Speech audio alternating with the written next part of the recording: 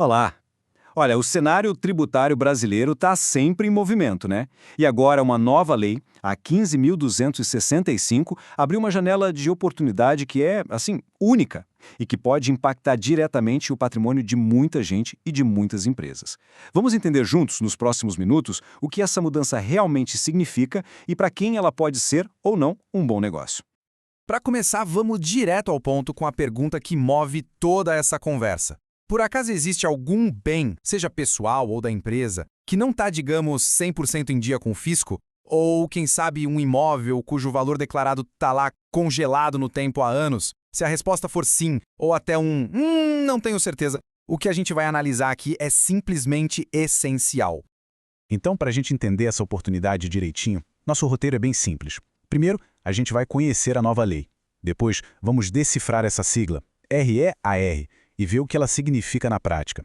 Em seguida, a gente mergulha nas regras para pessoas físicas e depois nos benefícios para as empresas. E claro, no final, a grande pergunta: vale a pena aderir? Vamos lá!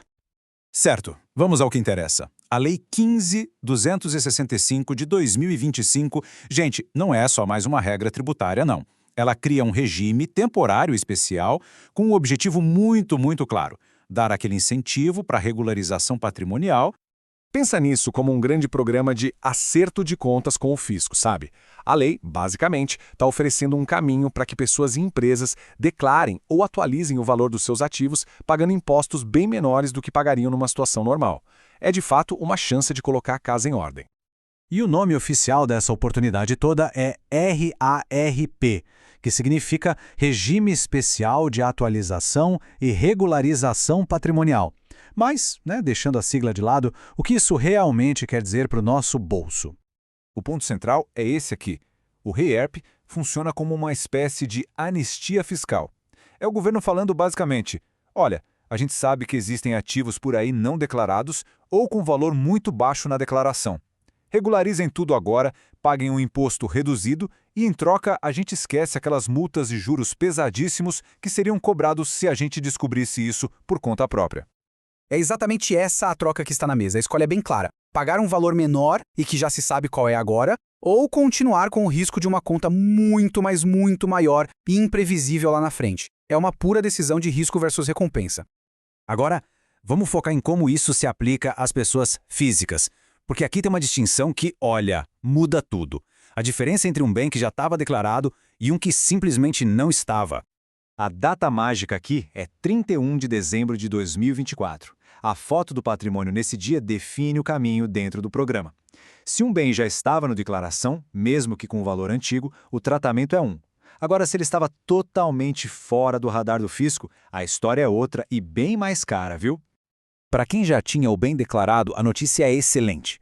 A lei permite atualizar o valor desse ativo para o preço de mercado, pagando um imposto de só 4%. Só para ter uma ideia, a alíquota normal sobre ganho de capital começa em 15%. É uma oportunidade incrível de aumentar o custo de aquisição declarado e, com isso, reduzir impostos numa venda futura. Agora, para aquele bem que nunca foi declarado, pois é, a conta é diferente. A alíquota sobe para 30%, que é a soma de 15% de imposto mais 15% de multa.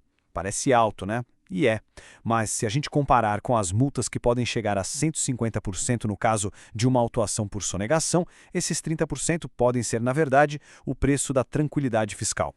E muita atenção para o calendário. O bem precisa existir e ser de propriedade da pessoa até o fim de 2024. E a decisão de aderir ou não ao programa tem um prazo final, hein? 21 de fevereiro de 2026. Depois dessa data, a janela se fecha e a oportunidade acaba. Beleza! Mudando o foco agora para o mundo corporativo. Para as empresas, o REARP é bem mais que uma simples regularização. Ele se apresenta como uma verdadeira ferramenta de estratégia fiscal e societária. Para as empresas, a matemática é um pouquinho diferente. A reavaliação de ativos no balanço vai ter um custo de 4,8% de imposto de renda e mais 3,2% de CSLL, que é a contribuição social sobre o lucro líquido. São taxas também bem reduzidas, pensadas justamente para incentivar a atualização dos balanços. E aqui está o pulo do gato para as empresas. Isso não é só sobre pagar menos imposto hoje, é sobre o longo prazo. Ter um balanço com os ativos no valor real de mercado simplifica tudo. Facilita a venda da empresa, uma negociação de fusão, o planejamento da sucessão. Com patrimônio avaliado direitinho, esses processos todos ficam mais transparentes, mais rápidos e muitas vezes mais baratos. Então a gente chega na grande questão. Com tudo isso na mesa, como decidir se vale a pena mesmo aderir ao HARP? É preciso analisar as condições com muito cuidado. Então, parece bom demais para ser verdade? Pois é, tem uma condição crucial que precisa ser conhecida antes de qualquer decisão. E ela pode mudar o jogo todo. E aqui está a regra de ouro. Se o bem que foi regularizado ou que teve seu valor atualizado for vendido em menos de 5 anos, todo o benefício fiscal da lei é perdido. A diferença vai ter que ser paga. Isso deixa bem claro o objetivo do governo. O REAERP é um programa para organização patrimonial a longo prazo, não para especulação de curto prazo. Isso tudo nos leva à conclusão mais importante, que a própria análise da lei já deixa clara. A decisão de aderir ao REARP não é trivial. Não é uma continha de padaria. Ela exige uma avaliação caso a caso com o apoio de especialistas como contadores e advogados tributaristas. No fim das contas, o REARP oferece uma ponte para a regularidade fiscal. A questão que fica é, para cada situação específica, será que vale a pena atravessar essa ponte?